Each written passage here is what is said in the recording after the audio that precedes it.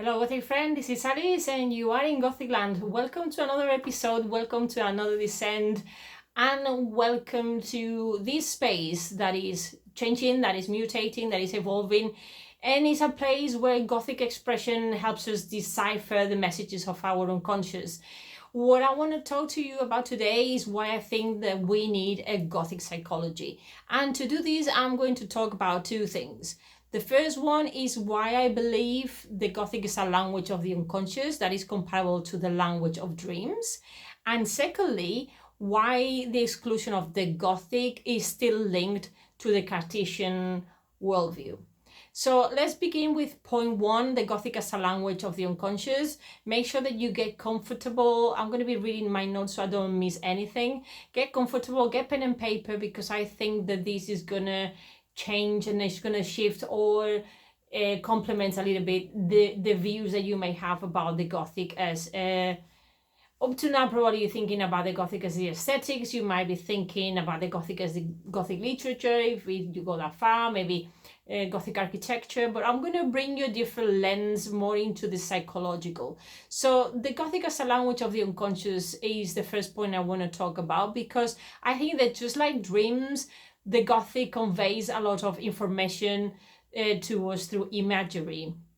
So from a Jungian perspective, dreams are not just nocturnal occurrences, but are symbolic representations of the process of individuation. So if we're thinking about what that meant or what that means in Jungian terms, is what Jung called the journey towards the self, towards this unity, towards the totality of the being. So similarly, what we find in Gothic literature is that the main characters also undergo a journey, although it is not always heroic in the classic sense. We normally think about the hero's journey, Campbell's hero's journey, that was actually based on the Jungian's teachings and Jungian thoughts. I believe that the hero's journey is very masculine in the sense that it's kind of a physical transformation, but we cannot ignore the psychological transformation. So that's why I also talk normally in my writings, my articles, about the heroine's journey, because I think that we can't just think of them, this more masculine, if you want, which is complicated to talk about masculine and feminine these days. I think as individuals, we both go through the physical and the psychological in transitional times in our life journeys. So this is something that I think is very important to bear in mind, and that is connected to both in the Jungian world we see this individuation process, and in the Gothic we see this heroine or hero's journey. The difference is that when we think about the classical hero's journey, we always think of fairy tales, or we think of happy endings, Disney, we think of all these things. But what happens in the Gothic is that our hero, our heroine, our main character can go often, or sometimes not the main character, sometimes it's a monster that might be secondary depending on the story we're watching or reading. That is often a dark journey that is marked by fall, by loss, or confrontation with the uncanny. So if we also analyze the role of dreams in Gothic stories, which is not the same as analyzing dreams on their own, or Gothic novels or Gothic stories or films or series on separately, we can also see something very interesting that happens when in stories we do have dreams. In Gothic stories we have dreams, because what we see there is how one of the main characteristics of dreams in the stories is this blurring of boundaries between reality and fantasy. So the effect that this has on the reader, of the audience, is the immersion in those atmospheres of uncertainty and the psychological tension that we tend to love so much. But this is something that we would have to talk about in another video. Like a lot of other things are going to pop up today in this video. So in addition to the setting, the figures that appear both in dreams and Gothic productions are very important. For example, I'm going to talk about three main elements today. So on the one hand, we have the house. It can be the symbol of the self, so this unity I was talking about at the start, but it's also our psychic structure. So that's why when analysts tell us about If you dream about houses, you dream about properties, these dreams are actually reflecting or are talking to us about how our psyche, how our unconscious is built. What is the structure? Do we have doors that don't open? Do we have doors that open? And what is it that we find on the other side? This is the structure of our psyche, and that's why it's so important also in the Gothic. In the Gothic, we see that there might be secrets, there might be illnesses, there might be things we want to bury and hide away. We could think about the bad woman in the attic in this sense, for example. And so we can also talk about doppelgangers. These doubles represent the Jungian shadow. On the one hand, we can see how we see these two sides of the same coin, but we have the part that the world sees, and then we have the repressed part that we're not aware of, but we project into others. So this is also very important, and is something that appears both in the Jungian and also in the Gothic. And another character that we see, another symbol, even archetypally, we could talk about the ghost as that represents the repressed, the unresolved, and all these things that we haven't really worked on, and that we can actually see as products of our mind, but we're not quite sure if they are actually real or not. And this is something that we're going to talk in the second point. And also when we think about the element of the night, which represents the unconscious and our relationship with the night, what does the night represent or means to you? And when we are in the dream analysis space, for example, our analyst will be asking us questions like when we're explaining a dream and we talking about the elements that appear there, they will ask things, okay, what does that symbol, what does that image mean to you? And then once we have elaborated that individually, the analyst will take us to the collective, and he will or she will say, well, actually in the collective, this as an amplification of what you just said, these can mean this and that. Well, does that resonate with you? Doesn't it resonate? And then that's how you can start making sense of that dream, depending on how it resonates and how you create that awareness around the dream world and around when we're reading a literary piece, how that resonates with us when we're reading, the emotions that raise from within, and that's information about our unconscious, and might be information about something that we have still not really solved at a conscious level. So in addition to the setting of the figures that appear both in dreams and Gothic productions, as I said, sorry, I'm just kind of going back to read what I've just said. So yes, we've got the house, doppelgangers, ghosts, and the night, but there are more elements. These are not just the only ones. So all these figures and others as well, that we will be talking about in future videos, they function as symbols that condense psychic content. So what does this mean? What does it mean to condense psychic content? So this means that the language of the Gothic, like the language of dreams, doesn't just entertain or scare us, which is something that I would hate to do here. This is not an entertainment space. This is a space for self-development, to create awareness. It's true that the first videos I was talking about a lot about characteristics of Gothic literature. I was giving you a list of books, and I know those are the videos with more views. But actually my journey is about understanding the why we like the Gothic so much. What does that say about us as people? What does that say about who we are at the moment we're going through our life, and what all that content means? Why that fascination? So what it means is that like the language of dreams, as I was saying,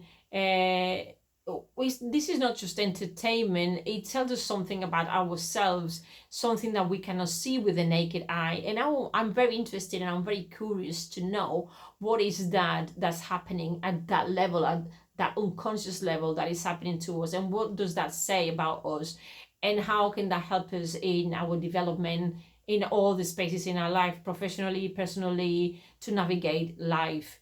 So both the images and the effort to find a specific vocabulary, both in dreams, both in Gothic literature, is what opens up this possibility of using the Gothic as a therapeutic or a reflective tool. This is kind of, in a way, one of the things that I propose here in the channel and in the work that I do in general when I write essays, when I do my blog posts, and when I do my all the analysis and my reflections on social media. So a very current and clear example of all this that I'm talking about is Sandman in the version of the Netflix series, because it's the one I've watched. I've not been reading the comics, so I can't really comment on that, but I can comment on what I've been exposed to, what I've seen. And I think in Sandman, for example, dreams very clearly are portals to the unconscious. So through these portals, themes such as identity, mortality, the uncanny, all those themes are explored and much more. So in Sandman, the rich symbolism, dark atmospheres, the mythical images, beings, the archetypal entities that appear, the myths that appear, all of them simultaneously, is what fascinates us and terrifies us, and that's why we keep going back to them. So in fact, I would say that Sandman settings are dreamlike and Gothic in essence. So in both dreams and Gothic contexts, what we are seeing is that we confront the unknown, death, or the uncertainty of the afterlife, on that journey that we mentioned earlier, the hero or the heroine's journey. So these embark when we embark on a discovery of what's going on with us, who we are from the depths of our being, this is what I'm talking about. And this is where both dreams and the Gothic have a lot of things in common. So here comes, at this point comes one of the key points in Jungian psychology, which is this process of individuation that I mentioned before, and that consists of integrating all the hidden aspects of the psyche. So the purpose of this is to achieve wholeness, of feeling that there's nothing missing. At the moment that we feel that we've been mutilating part of us, we become neurotic, we become sad, we become depressed, we start dissociating. So all this is very important, that we create this awareness. And this is going to make more sense when I develop the second point. But for now, just stay with me for a moment, because this is partly of the reason, but not the only one, why I think that we need both a Gothic psychology, but also a psychology of the Gothic. And this means that when we understand, this is what I'm going to explain, is what it means for me, Gothic psychology and a psychology of the Gothic. So on the one hand, understanding Gothic psychology for me is understanding the intimate experience of the soul, understanding soul not in a Christian sense, but as a soul, as that essence that all cultures in the world talk about in one way or another. And how this intimate experience of the soul, I like to talk about it as a diamond, through the language of the Gothic. So that's Gothic psychology on the one hand, which is something that I talk about in my articles, my blog posts, every time I have a chance. But also the psychology of the Gothic, that would be more a way to analyze the cultural and the literary manifestations of that language in the collective imagination.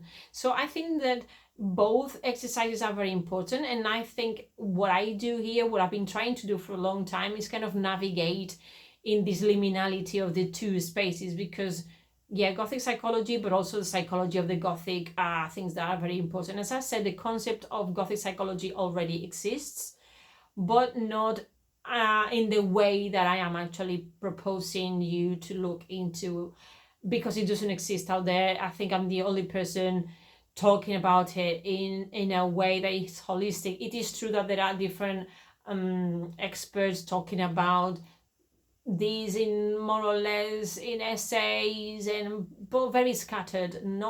There isn't like a consensus. There isn't like a joint effort to make these studies and make these investigations like something unified. So understanding these two sides for me is become like a personal crusade that I'm finding hard to find the vocabulary and finding also the way within, because I'm going through a lot of, I've been going through a dark night of the soul. I'm not quite sure I'm out of it.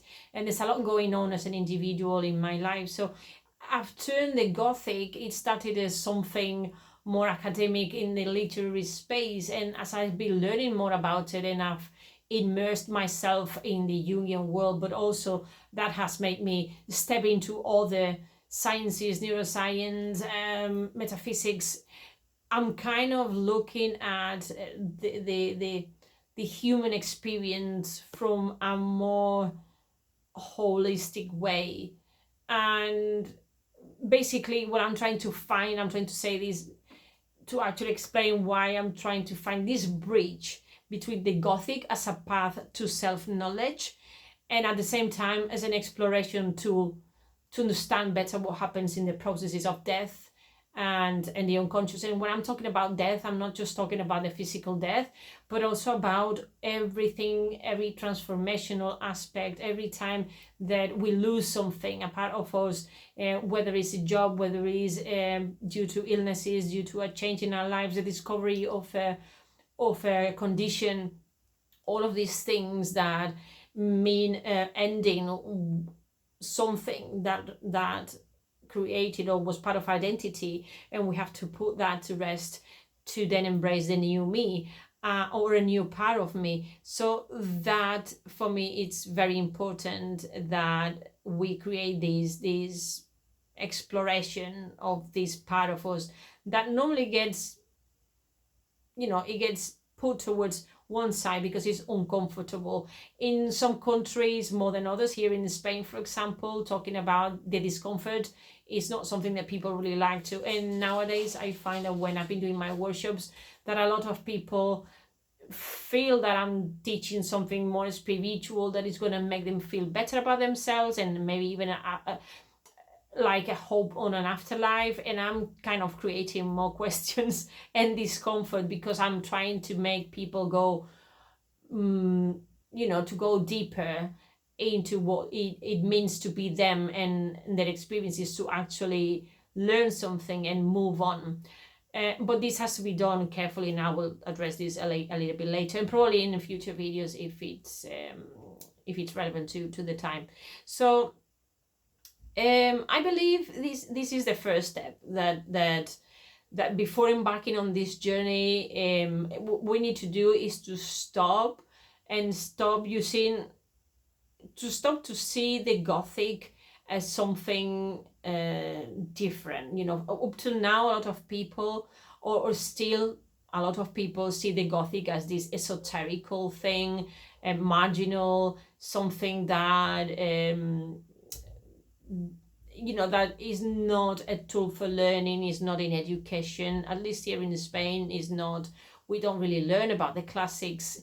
You only learn about Gothic literature when you're at university in an English philology context, otherwise you don't, which is kind of sad, because by not including these type of readings in the schools, maybe sporadically we might be reading about a story here, a story there, and maybe now at the time that we're getting close to Halloween, maybe kids do nowadays explore more these spaces, but still is a very unknown space for a lot of people, and we still have this esoterical, marginal concept or idea about it. So what I think, we need to see the Gothic more as an expression of each individual's internal map, and this is what I'm trying to work with a lot of people when I do the workshops, as I said, or even in my articles you will see these reflected there. And in this map, we cannot exclude our social environment, our illnesses, our individual and unique brain wiring. So I will talk about that later, because that's connected to neurodivergence. So I think it's very important that this Gothic map includes all these aspects. So, and this is precisely from this moment that I want to move on to this next point, which is the exclusion of the Gothic in a world that still remains too Cartesian, that is too rigid to understand the complexity of the human experience. So we could even talk about this view still being very reductionistic. So this point 2, now moving on to the next part of the video, is, as I said before, the exclusion of the Gothic in a Cartesian world. And it makes sense that it's excluded in this kind of world because for the structure that it has and what conveys, which I'm going to elaborate a little bit now. So I have been noticing lately, and maybe it's because that's what I've been drawn to as well. I've been exposed to a lot of content in physics, metaphysics, which is kind of strange for an English philologist, but you will see now why it makes sense. So it looks like in recent decades, and I'm not an expert on this, but what I can see is that various physicists and neuroscientists have been questioning, and this is very interesting to me, the validity of this Cartesian paradigm, pointing out that its dualistic and mechanistic vision of the world is limited and even reductionistic, as I said to you before, because it doesn't help us understand the phenomena such as consciousness or the interconnection between mind and matter.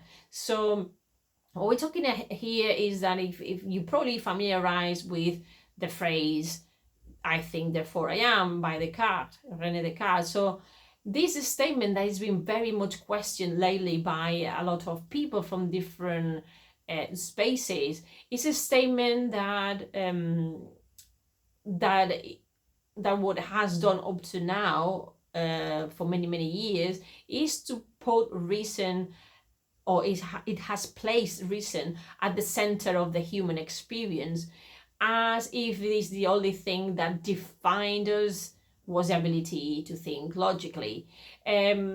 So this has got many problems. This brings many problems because this thinking has been influencing us above all, but not solely, in science, philosophy, and psychology.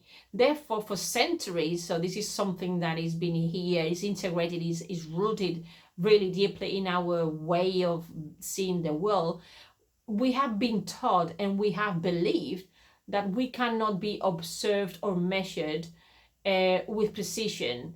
So it's not serious, and therefore it gets invalidated. So if we cannot be, let's see if that makes sense, because I think that was a direct translation from the Spanish. It's a bit weird to me to explain it in English that way. What I'm trying to say is that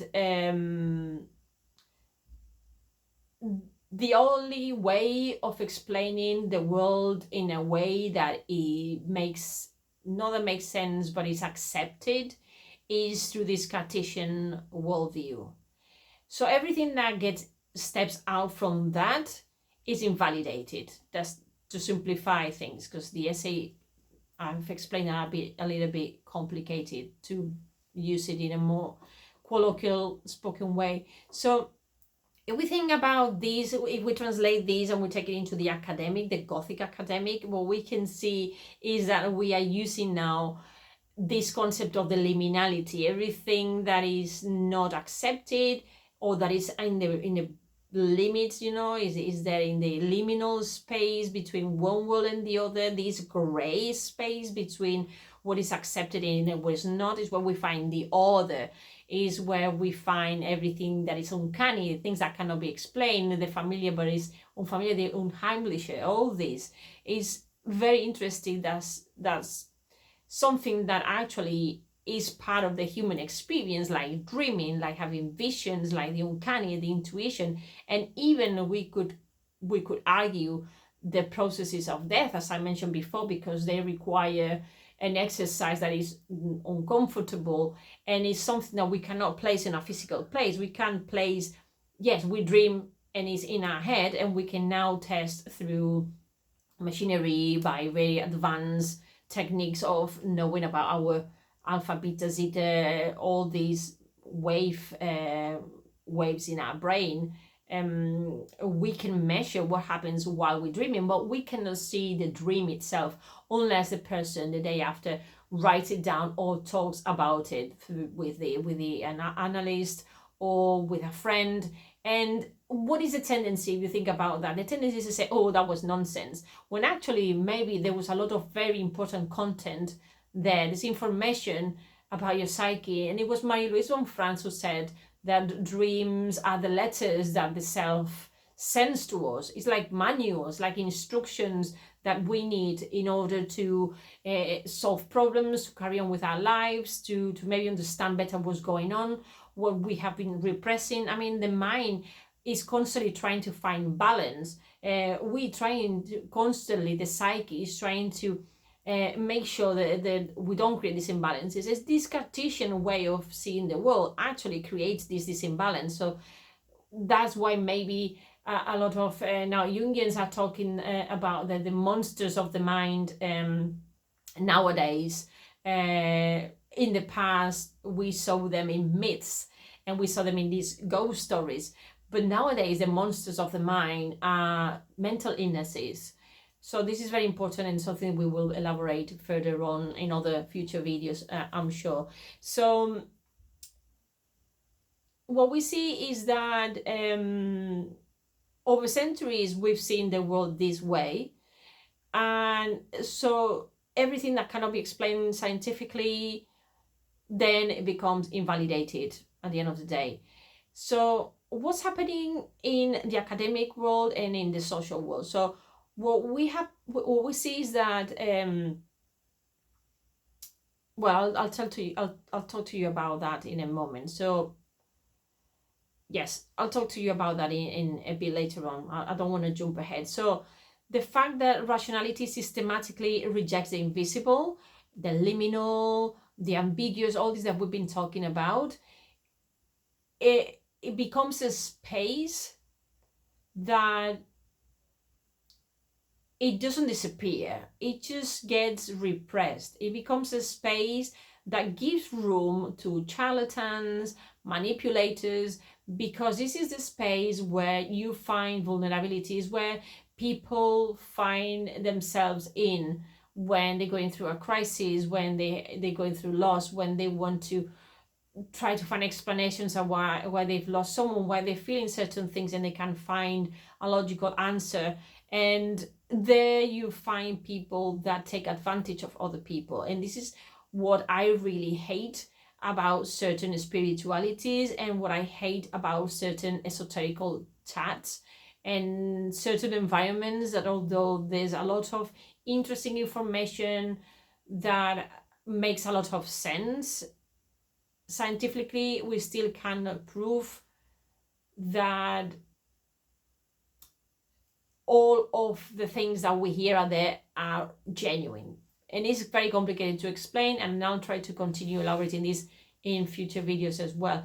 But to give you some examples so you understand what I'm talking about, is that when people are vulnerable, and also when there are times in history where all the dark things, the things that we find interesting but we can find explanation to, become something that gets a lot of attention, what's happening is that people create businesses from this, and there's where this is the risk of all the race of charlatans and all these people that are not really there in a genuine way to help others through their abilities and natural innate abilities, but there are actually people who need a lot of work on themselves first before they can actually help others. This is for any space as well that deals with other people. I'm not just talking about mediums or spiritualists or people who can help other people with their abilities, innate abilities.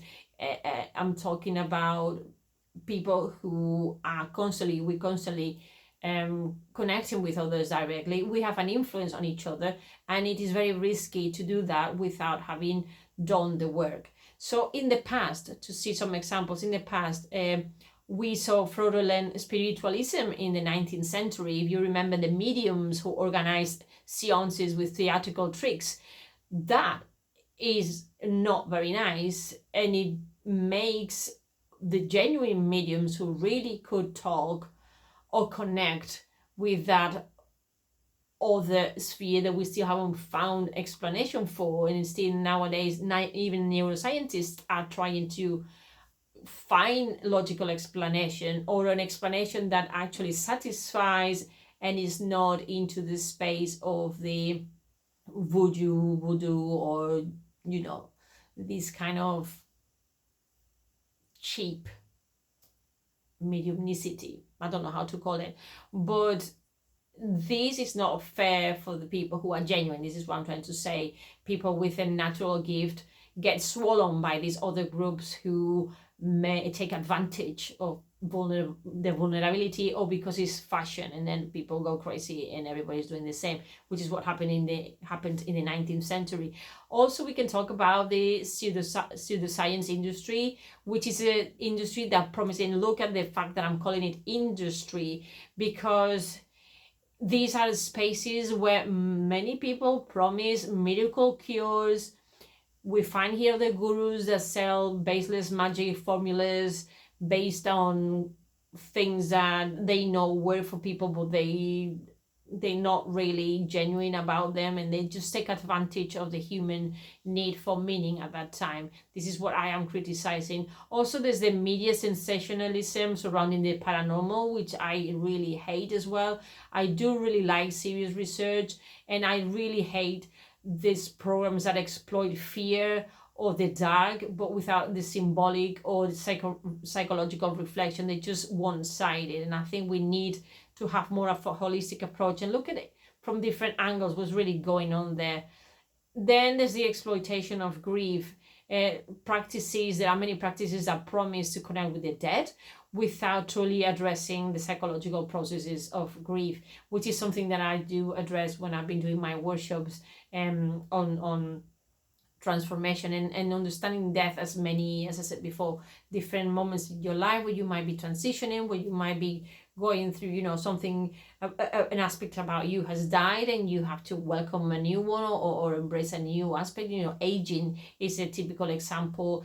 For women is menopause, is childbirth, but it could also be leaving a job, losing a parent, anything that is really transformational and is really meaningful, and it creates this necessity of reinventing yourself somehow and going through this process of grief. So when people exploit this grief through ways of trying to make people connect with the deceased and taking advantage of that, I'm not saying there aren't people out there that are really genuine and this actually helps, but when you see how people actually start charging a fortune, this is something I've been listening to in the online and social media about people charging a fortune when they realize that someone has died, and in the vulnerability of that family, they say, if you want to connect with your child or whatever, it's going to cost you this much. And then there's an abuse.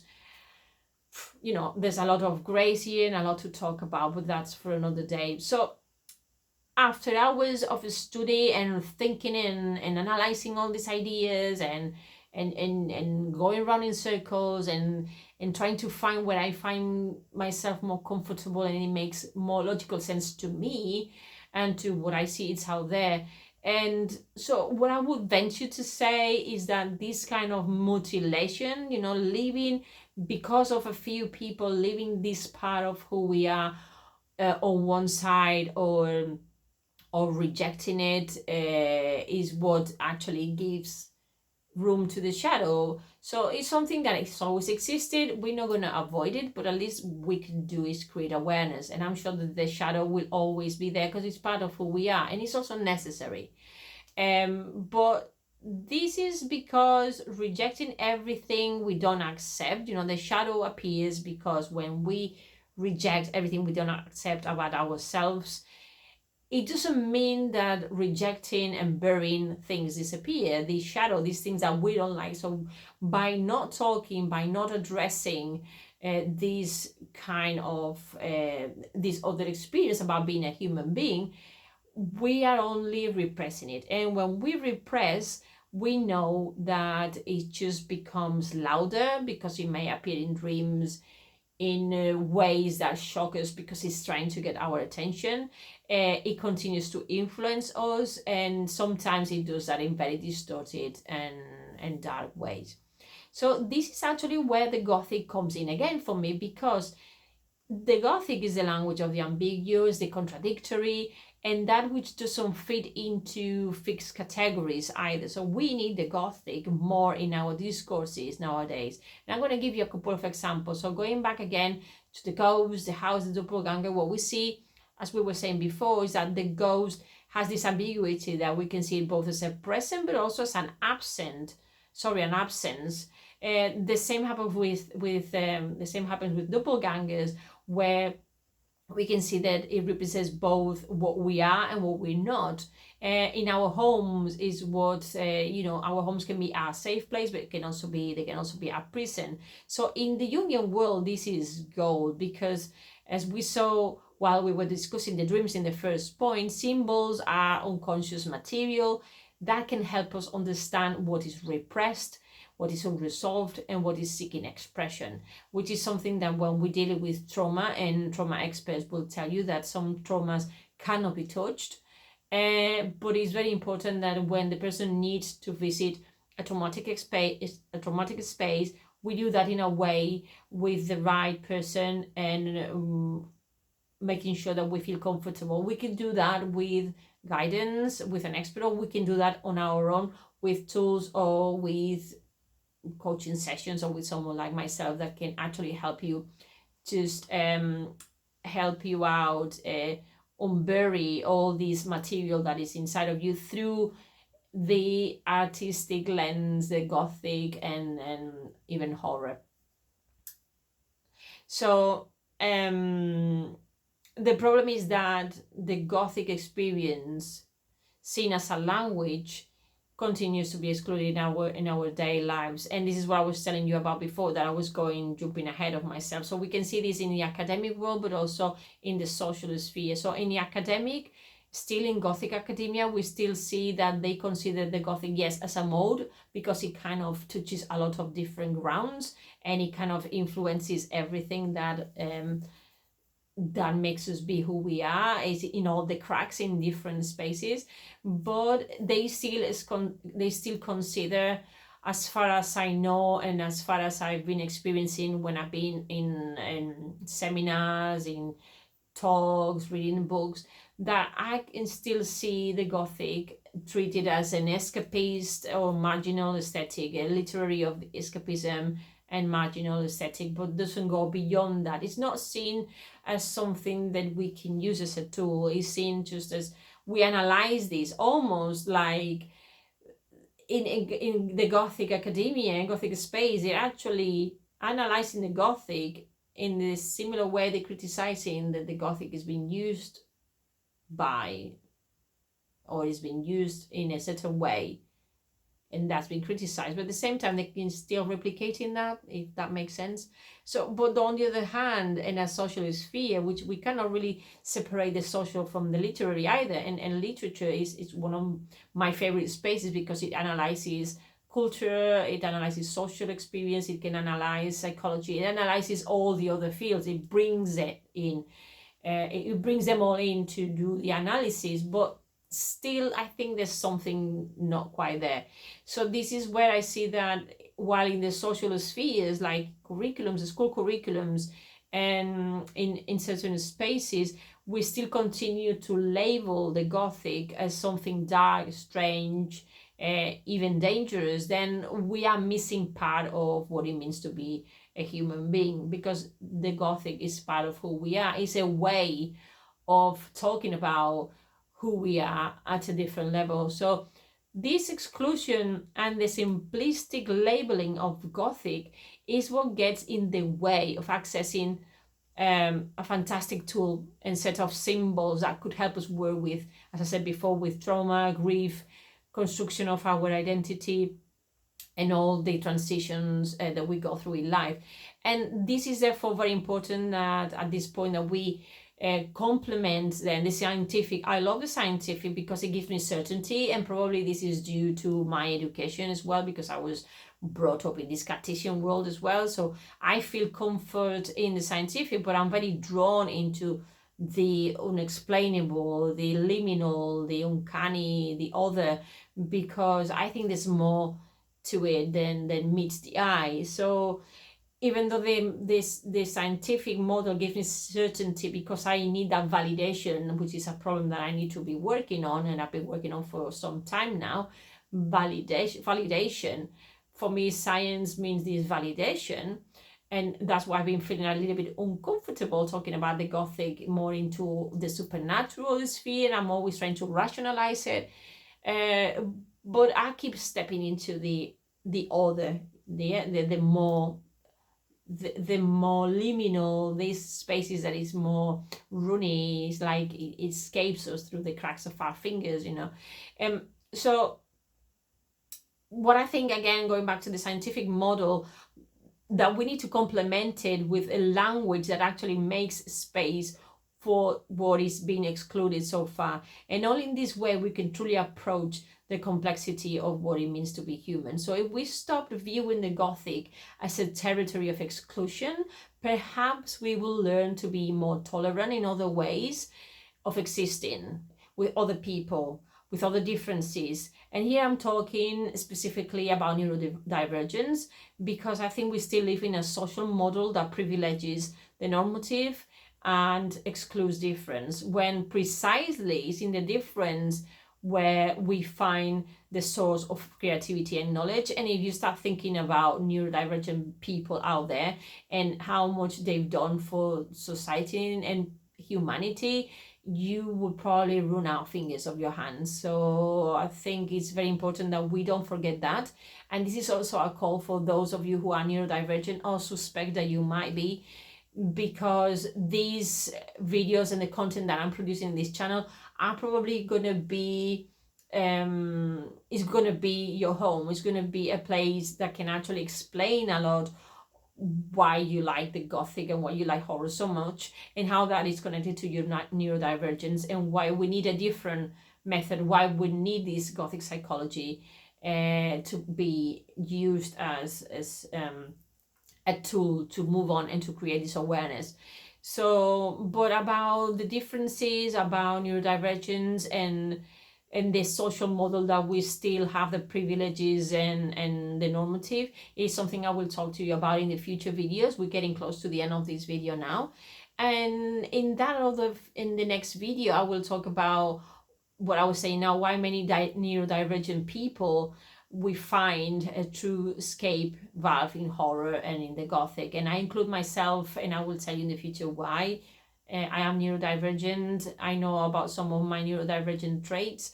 Some others have not been diagnosed, but I am left-handed to start with, so that's a neurodivergent sign. And I am suspicious of other neurodivergent traits, which I will talk to you more about. But you're going to see more or less what I've been working on and why I've been working in this space soon.